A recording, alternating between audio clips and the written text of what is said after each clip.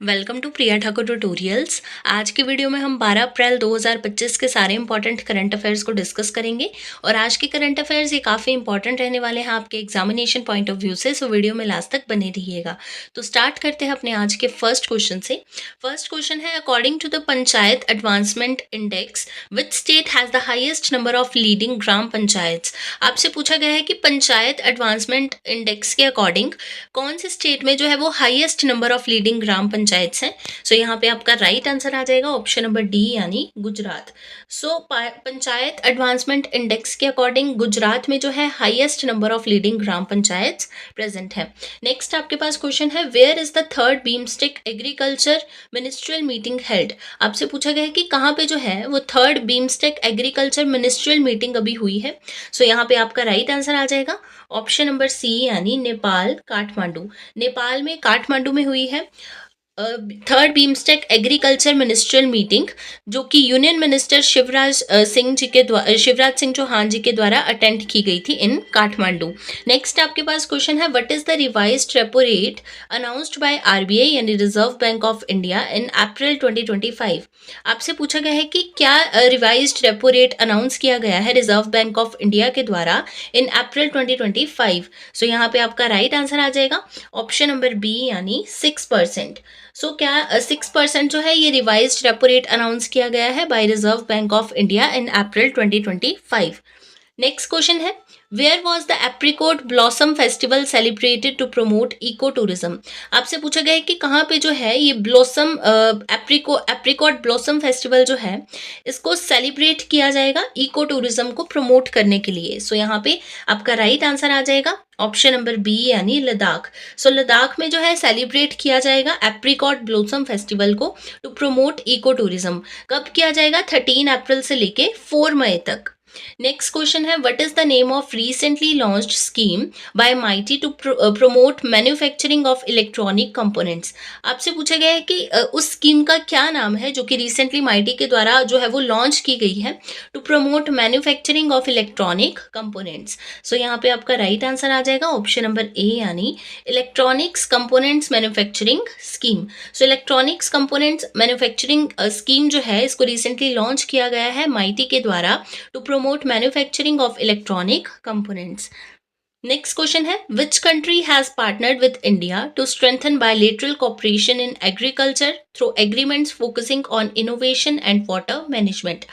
आपसे पूछा गया है कि कौन सी कंट्री ने जो है वो रिसेंटली इंडिया के साथ पार्टनरशिप की है to strengthen bilateral cooperation in agriculture. So यहाँ पे आपका राइट आंसर आ जाएगा ऑप्शन नंबर डी यानी इजराइल। सो इंडिया और इजराइल ने मिलकर जो है वो पार्टनरशिप की है to strengthen bilateral cooperation in agriculture through agreements focusing on innovation and water management.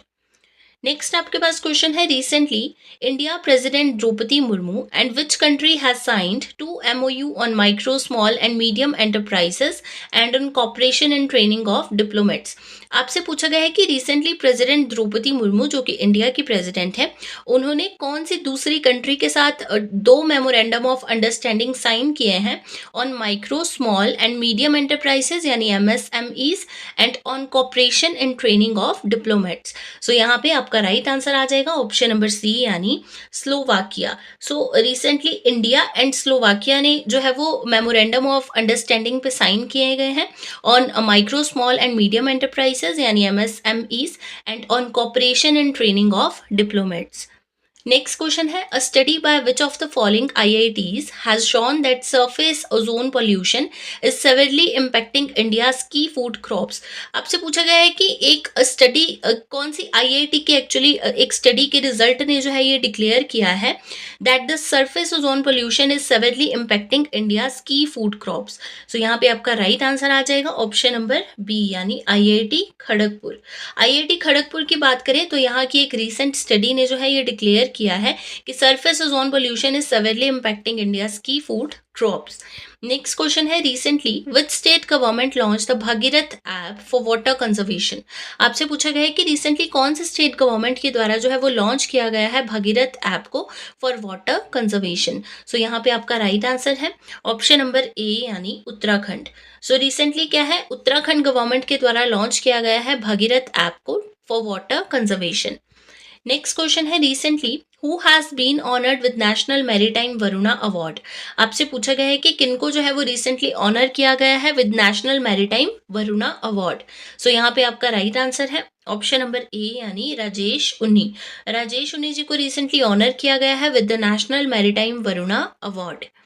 Next आपके पास क्वेश्चन है what was India's unemployment rate for persons aged 15 and above in 2024 according to the latest periodic labour force survey data.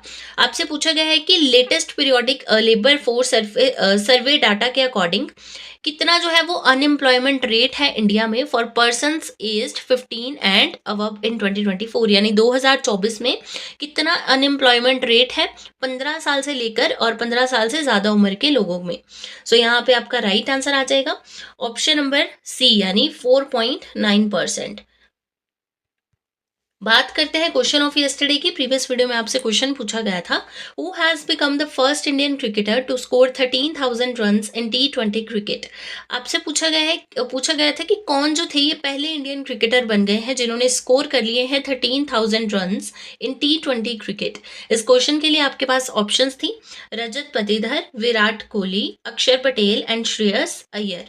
इस question का right answer था option number B यानी विराट कोहली। सो विराट कोहली जो है ये पहले इंडियन क्रिकेटर बन गए हैं to score 13,000 runs in T20 cricket.